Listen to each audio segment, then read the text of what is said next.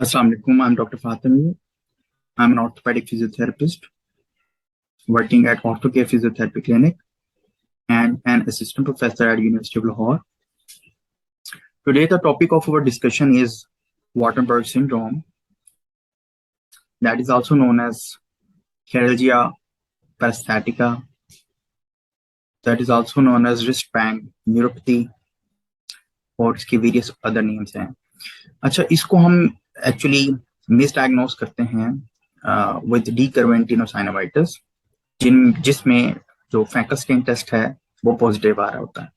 फैंकस्टेन test होता क्या normally, ये अगर अंगूठा अंदर की तरफ किया जाए और उधर से उंगलियां जो हैं बंद कर दी जाएं और इसको रिस्ट को फ्लेक्स किया जाए अलर डिवीजन में अंदर की तरफ, तो आप देखेंगे यहाँ पे दर्द आती है। ये टेस्ट पॉजिटिव आता है डिकर्वेंट टेनोसाइनोवाइटिस में। अब डिकर्वेंट टेनोसाइनोवाइटिस के अंदर जो दो टेंडेंस जो हैं वो इन्वॉल्व होते हैं, उसमें हम डिफरेंट फिजियोथेरेपी इंटरवेंशन अप्लाई करते हैं, उससे पेशेंट की पेन सबसाइड नहीं होती। तो उसकी वजह क्या होती है कि उसको डिकर्वेंट टेनोसाइनोवाइटिस नहीं होता, उसको एंट्रैपमेंट होती है superficial branch of the radial nerve और superficial sensory branch of the radial nerve, जिसको हम वाटरबर्ग सिंड्रोम कहते हैं। जी, आप देख सकते हैं यहाँ पे इसके डिफरेंट नेम्स हैं। वाटरबर्ग सिंड्रोम भी कहते हैं, हैंडकफ न्यूरोपैथी भी कहते हैं, चिरैल्जिया पैरास्थेटिका और सुपरफिशियल रेडियल नर्व सिंड्रोम। अच्छा, इसकी बैकग्राउंड की तरफ अगर मैं जाऊं तो 1932 में एक शख्स है वाटरबर्ग, उसने डिस्क्राइब किए थे 5 केसेस को।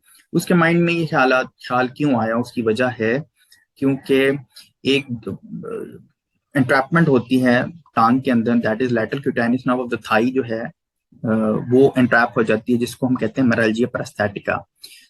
उसको मद्देनजर रखते हुए इसने इसका नाम रख दिया चिरैल्जिया पैरास्थेटिका, जो कि नर्व कुछ यहां पाई जाती है, ये देख सकते हैं आप।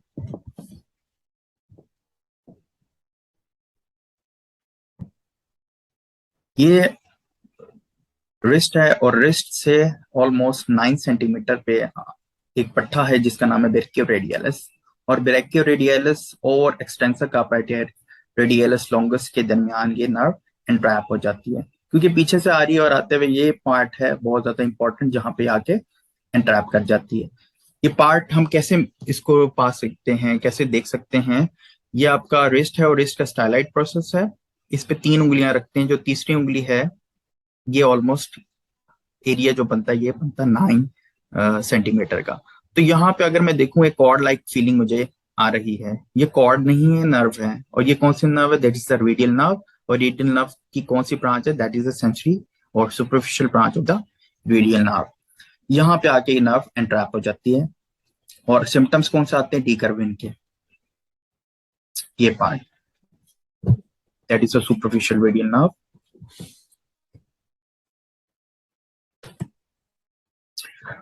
जैसे भी मैंने बताया कि वाटरबर्ग सिंड्रोम जो है उसको कैसे डिस्क्राइब किया जाता है, that is entrapment of the sensory branch of the radial nerve.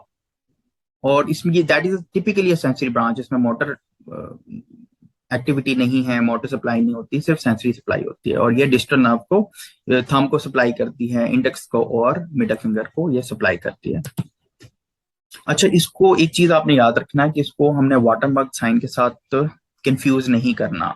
वाटरबर्ग sign होता क्या है? वाटरबर्ग साइन होता ये है कि जो ये छोटी उंगली है, इसके जो पट्टे हैं कमजोर हो जाते हैं। तो हम इसको यहाँ प्रेस करके देखते हैं, जिसकी वजह से हमें पता लगता है कि पट्टे कमजोर हैं कि नहीं। इसका इसके साथ कोई ताल्लुक नहीं है वाटरबर्ग सिंड्रोम के साथ। वाटरबर्ग सिंड्रोम का मैंने आपको बताया कि ये एक नर्व है जो यहाँ पे ट्रैप होती है। और वाटरबर्ग साइन क्या है? ये वीकनेस ऑफ द, ये जो आपकी छोटी उंगली है, इसके जो पट्टे हैं कमजोर हो जाते हैं, इसके साइन को हम चेक करते हैं, दैट इज वाटरबर्ग साइन। अच्छा, नॉर्मली इसके इंसिडेंस हम देखें तो लाख अगर इंडिविजुअल हो उनमें एक पर्सन को ये आपको नजर आएगा। और डेमोग्राफिक्स में अगर देखा जाए तो मेल टू फीमेल रेशियो में, तो फीमेल्स में इसकी शरह ज्यादा पाई जाती है 1:4, और एज ग्रुप है 20 to 70 ईयर्स। सिम्टम आते हैं, वेग सिम्टम्स आ रहे होते हैं, पेशेंट कहता है मुझे मीठी मीठी सी दर्द होती है, अंगूठे के पीछे वाली साइड पे जो है वो नमनेस भी आती है, पैरास्थीसिया भी आता है और टिंगलिंग भी आती है, सुइयां भी चुभती हैं। क्या वजूहात हो सकती हैं जिसकी वजह से पेशेंट आपको प्रेजेंट कर रहा है, क्या वजूहात हैं जिसकी वजह से इसको यहाँ पे दर्द आ रही है, और ये वॉटन सिंड्रोम जो है डेवलप होता है। Tight band, tight wrist watch पहनने की वजह से, चूड़ियां टाइट पहनने की वजह से, प्लस्तर अगर फोर आर्म का फ्रैक्चर है, कूलीज है, या स्मिथ फ्रैक्चर है, उसके बाद हम प्लस्तर करते हैं, प्लस्तर रिमूव करने के बाद भी ये नॉर्मल सिम्टम्स पेशेंट में आते हैं। माइक्रोट्रोमा है, ये वो तमाम खवातीन जो हाथ से कपड़े धोती हैं या आटा गूंथती हैं, उन लोगों में, उन पे भी, फीमेल्स में भी ये सिम्टम्स आते हैं, क्योंकि मूवमेंट कुछ इस तरह से है जिसमें फ्लेक्शन भी, अल्नर डेविएशन और प्रोनेशन होती है। ये देख सकते हैं आप, रिस्ट वॉच के पहनने की वजह से नर्व कंप्रेस हो रही है, और सेम वही सिम्टम्स देगी जो डिकर्वेंट टीनोसाइनोवाइटिस में आते हैं। क्लिनिकल इन्वेस्टिगेशंस जो है उसमें आप देखें, प्रोवोकेटिव टेस्ट लाइक टेनल साइन है, इसके इस नर्व के एरिया को हम टैप करते हैं, ठीक है, this is a Tinel sign, most common examination है। दूसरा हम चेक करते हैं 1 मिनट तक आपने रिस्ट को फ्लेक्स करना है, अल्नर डेविएट करना है और फोरआर्म को प्रोनेट करना है, तो उससे भी आपको सिम्टम्स का पता लग जाएगा। तीसरा जो है, नॉर्मली 96% इंडिविजुअल्स में फैंकस्टीन टेस्ट पॉजिटिव आ रहा होता है।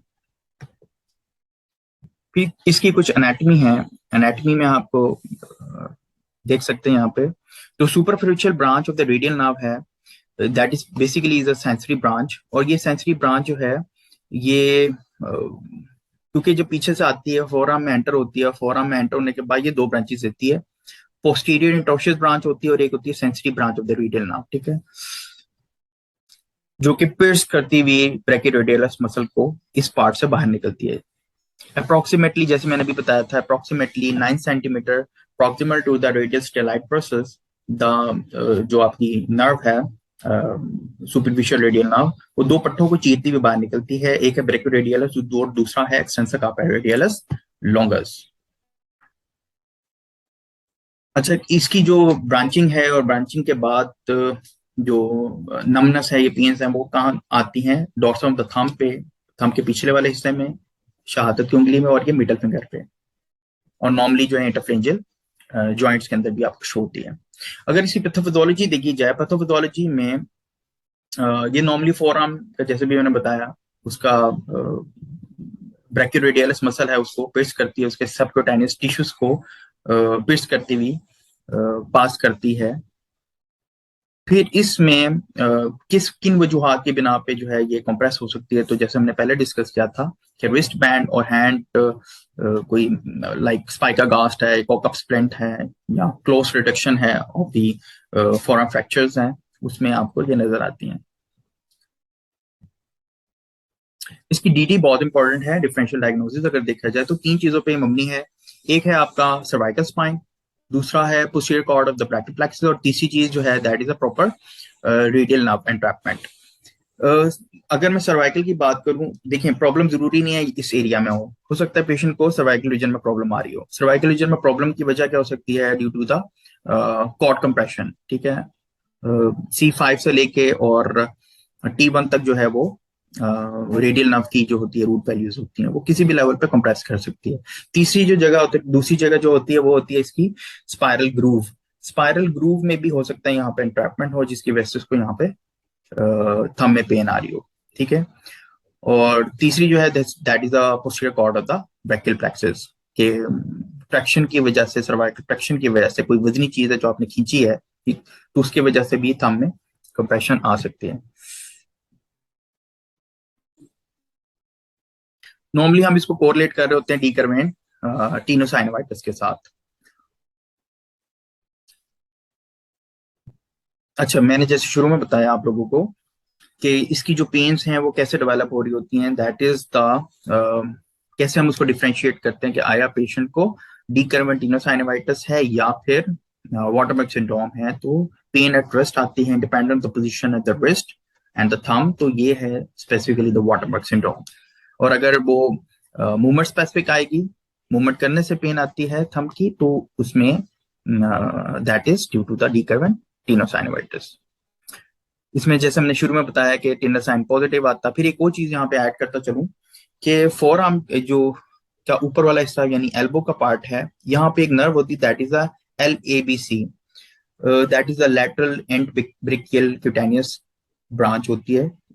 अच्छा, ये भी किसी वजह से कंप्रेस कर जाए तो आपको पेशेंट को यहाँ पे थंब पे सिम्टम्स आना स्टार्ट हो सकते हैं।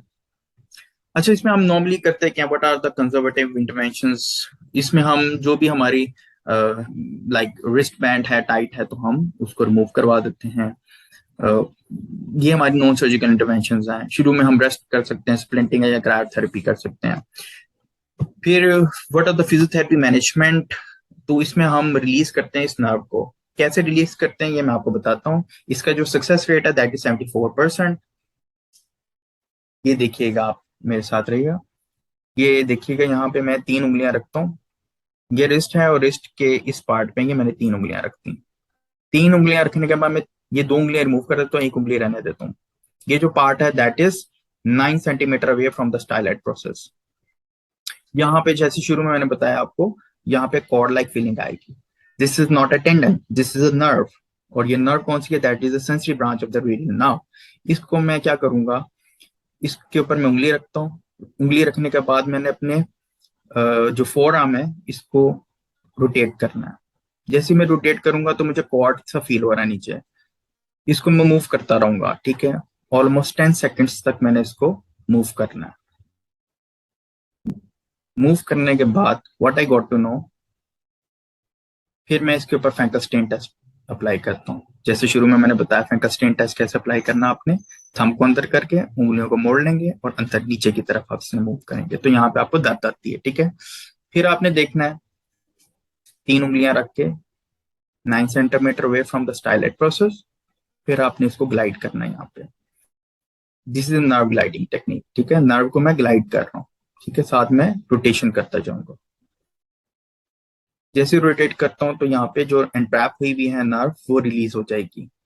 तो ये एंट्रैपमेंट का एरिया जो है ये कौन सा पार्ट है जहां पे ब्रैकियोरेडियलिस से नर्व बाहर की तरफ आ रही है। अब फिर दोबारा मैं फ्रैंकलस्टीन देखूंगा तो what I got to know कि पेशेंट की पेन सबसाइड कर रही है। इसका जो सक्सेस रेट है दैट इज 74%। ये देख सकते हैं, ये वाला पार्ट है, ये जहां पे इनकी मिडल फिंगर आ रही है, इसके नीचे नर्व पाई जाती है। These are the references and that's all from my side. Thank you very much. Allah Hafiz.